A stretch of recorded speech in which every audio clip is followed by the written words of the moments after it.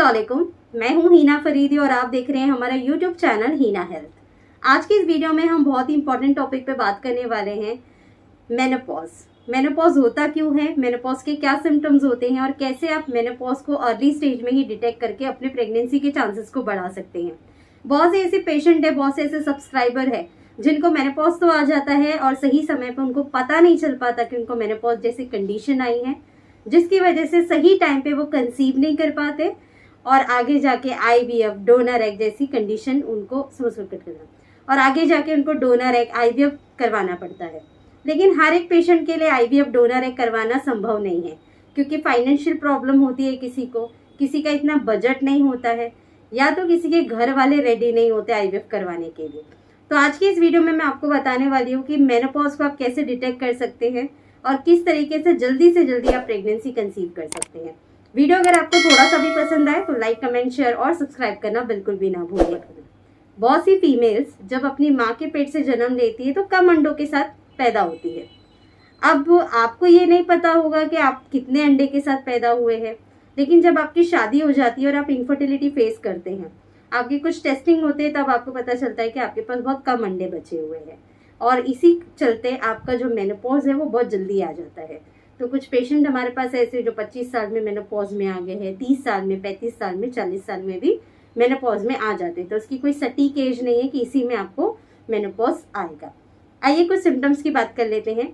Menopause में hot flashes होना, irregular period होना, एनओवुलेशन यानी अंडे नहीं बनना, वजाइनल ड्राइनेस, पेन इंटरकोर्स में होता है क्योंकि इनके अंदर अंडे ना बनने की वजह से सर्वाइकल म्यूकस नहीं बनता है, जिसकी वजह से वजाइना बहुत ज़्यादा ड्राई हो जाती है और जब कांटेक्ट में रहते हैं तो काफ़ी पेन रहता है। स्किन ड्राई हो जाती है, स्कैल्प ड्राई हो जाता है, ब्रेन से रिलेटेड प्रॉब्लम स्टार्ट हो जाती है, एंजाइटी होना स्टार्ट हो जाता है, शॉर्ट साइकिल, हैवी पीरियड या तो कभी स्कैंटी पीरियड जैसी प्रॉब्लम भी मेनोपॉज पेशेंट में स्टार्ट हो जाती है। हॉट फ्लैशेस के साथ में नाइट स्वेट होना यानी कि रात में बहुत ज़्यादा गर्मी होना, बॉडी में इचिंग होना, डिज़ायर कम हो जाना, सेक्सुअल कांटेक्ट में रहने की इच्छा नहीं होना, ये सब इसलिए होता है क्योंकि बॉडी में बहुत ज़्यादा हार्मोन्स फ्लक्चुएट होते हैं। जब आप मेनोपॉज में आते हैं तो आपकी बॉडी में एफएसएच और एलएच बहुत ज़्यादा बढ़ जाता है, जिसकी वजह से आपको ये सारे सिम्टम्स देखने मिलते हैं। अगर आप भी ये सारे सिम्टम्स में से कुछ सिम्टम्स फेस कर रहे हैं तो इमीडिएटली आगे अपना डायग्नोज करवाइए कि कहीं आप मेनोपॉज कंडीशन में तो नहीं है। ये स्पेशली उन फीमेल्स के लिए है जो 30 क्रॉस कर चुकी हैं, क्योंकि मेनोपॉज की कोई सटीक एज नहीं है, आपको कभी भी मेनोपॉज हो सकता है, डिपेंड करता है कि आपका एमएच वैल्यू कितना है। मेनोपॉज का क्या कॉज है? मेनोपॉज का कोई भी कॉज नहीं है। जैसे जैसे आपकी एज बढ़ती है, आपका अंडे का रिजर्व कम होता है, आपको मेनोपॉज आने के ज़्यादा चांसेस होते हैं। तो इसका कोई कॉज नहीं है कि आपने कुछ खा लिया, आपने पानी पूरी खा ली या आपका कोई सर्जरी हो गई तो उसकी वजह से मेनोपॉज आ गया। क्योंकि बहुत से मेनोपॉज पेशेंट ये सारे क्वेश्चंस लेकर आते हैं कि मैम क्या हमारी डाइट की वजह से मेनोपॉज आ गया, क्या हमारी लाइफस्टाइल की वजह से मेनोपॉज आ गया, मैम पहले हमने एक अबॉर्शन करवा दिया था तो क्या उसकी वजह से मेनोपॉज आ गया। तो मेनोपॉज का आपकी लाइफस्टाइल से कोई भी रिलेशनशिप नहीं है, मेनोपॉज एज के साथ में आता है। डायग्नोज की बात कर लेते हैं कि मेनोपॉज को आप डायग्नोज कैसे करेंगे। डायग्नोज के लिए ज़्यादातर डॉक्टर्स हार्मोनल टेस्ट करवाते हैं जिसमें एएमएच का वैल्यू देखा जाता है, एफएसएच और एलएच के वैल्यूज देखे जाते हैं। एएमएच यानी एंटी मुलेरियन हार्मोन, जिससे आपके अंडे का रिजर्व कितना है, काउंट कितने हैं, ये पता चलता है। एफएसएच और एलएच यानी फॉलिकल स्टिमुलेटिंग हार्मोन और ल्यूटिनाइजिंग हार्मोन, ये दोनों हार्मोन आपकी बॉडी में अंडा बनाने का और रप्चर करने का काम करते हैं। अगर ये बहुत ज़्यादा आपकी बॉडी में बन रहे हैं मेनोपॉज के कारण तो आपकी ओवरी में अंडा बनना भी बंद हो जाता है और ओवरी भी श्रिंक होके सिकुड़ जाती है। यूट्रस पे भी इसका प्रभाव पड़ता है, यूट्रस भी श्रिंक होके नॉर्मल से छोटा हो जाता है, जिसमें प्रेगनेंसी कंसीव करने में बहुत ज़्यादा डिफिकल्टी आती है। बात कर लेते हैं, इसमें 3 स्टेजेस आते हैं, प्री मेनोपॉज, मेनोपॉज और पोस्ट मेनोपॉज। अब आइए मैं आपको इसके लिए कुछ सुझाव बताती हूँ कि अगर आपको मेनोपॉज आ गया है तो आपको क्या करना है।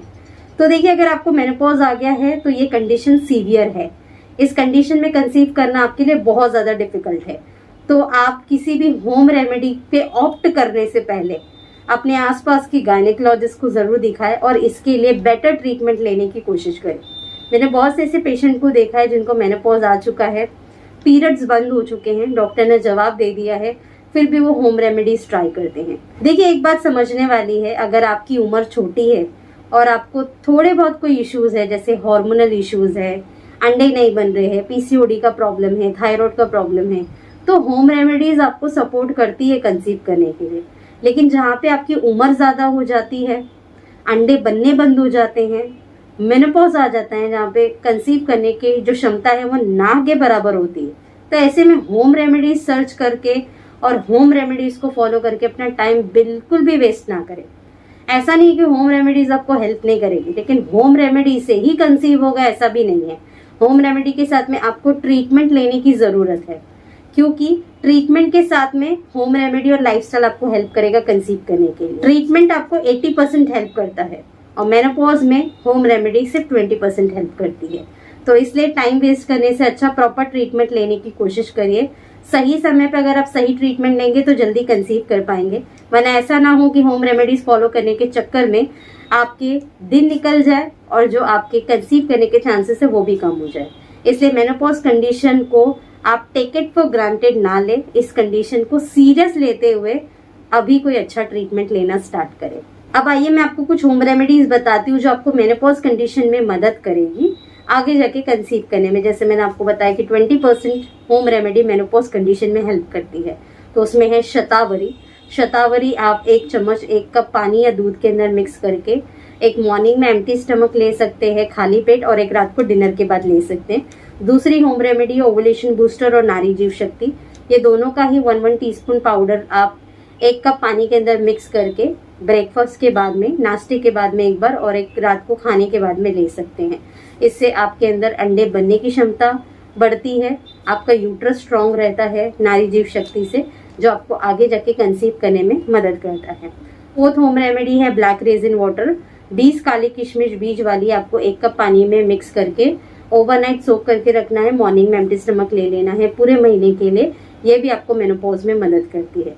साथ ही में कुछ ब्रीदिंग एक्सरसाइजेस और योगा आसनास भी करना आप स्टार्ट करेंगे, जिसमें कपाल भारती, अनुलोम विलोम, चक्की चलासन, सेतु बंधन आसना, सुप्त बद्ध कोण आसना, ये सारे पोजेस आपको मेनोपॉज में बहुत ज़्यादा हेल्प करेंगे। जैसे मैंने आपको बताया कि इन होम रेमेडीज के साथ में योगा फॉलो करने के साथ में लाइफस्टाइल चेंजेस करने के साथ साथ ट्रीटमेंट लेना ज़रूरी है। सिर्फ आप ऐसा मत समझिए कि ये होम रेमेडी से ही आपको कंसीव हो जाएगा। मेनोपॉज बहुत ही क्रिटिकल कंडीशन होती है, इसमें ट्रीटमेंट लेने की आवश्यकता होती है। ये वीडियो बनाने का मेरा एक ही मकसद था कि मैं आपको जागरूक कर सकूं, क्योंकि ये सारी चीज़ें आपको डॉक्टर या फैमिली मेम्बर्स नहीं बताते हैं। इसी वजह से आपको इन चीज़ों की नॉलेज नहीं होती और सही टाइम पे आप कंसीव नहीं कर पाते। क्योंकि आजकल मैंने देखा है 30, 35, 40 प्लस में फीमेल्स अभी भी अपने करियर पे और जॉब पे और एजुकेशन पे ज़्यादा फोकस दे रही हैं। लेकिन आपको एक चीज़ का ध्यान देना है कि जॉब, एजुकेशन, करियर बाद में भी हो जाएगा। एक बार एज निकल गई तो कंसीव करने में आप ही को डिफ़िकल्टी आएगी, क्योंकि जैसे जैसे एज बढ़ती है हमें फिजिकल प्रॉब्लम भी होने स्टार्ट होते हैं। थायराइड, डायबिटीज़, लो हाई बीपी, कोलेस्ट्रॉल, ये सारी इश्यूज़ के साथ में कंसीव करना और भी डिफ़िकल्ट होता है। जैसे जैसे उम्र बढ़ती है अंडे की स्पर्म की क्वालिटी भी ख़राब होती है, तो कंसीव करने के बाद में मिसकैरेज के चांसेस भी बढ़ते हैं। जितना कम उम्र में आप कंसीव करेंगे उतनी हेल्दी प्रेगनेंसी आपकी रहती है, कोई कॉम्प्लिकेशन आपको ज़्यादा नहीं होते हैं। इसलिए सही टाइम पे प्रेगनेंसी कंसीव करें और एक हेल्दी बच्चे को जन्म दें। ये वीडियो बनाने का मेरा यही मकसद था। आई होप आपको वीडियो काफ़ी पसंद आया होगा। वीडियो पसंद आए तो लाइक, कमेंट, शेयर और सब्सक्राइब करना बिल्कुल भी ना भूलें। साथ ही में आप हमारे वेबसाइट पे भी विजिट करें hinahealth.in, ताकि आपको हमारे बारे में और भी जानने का मौका मिले।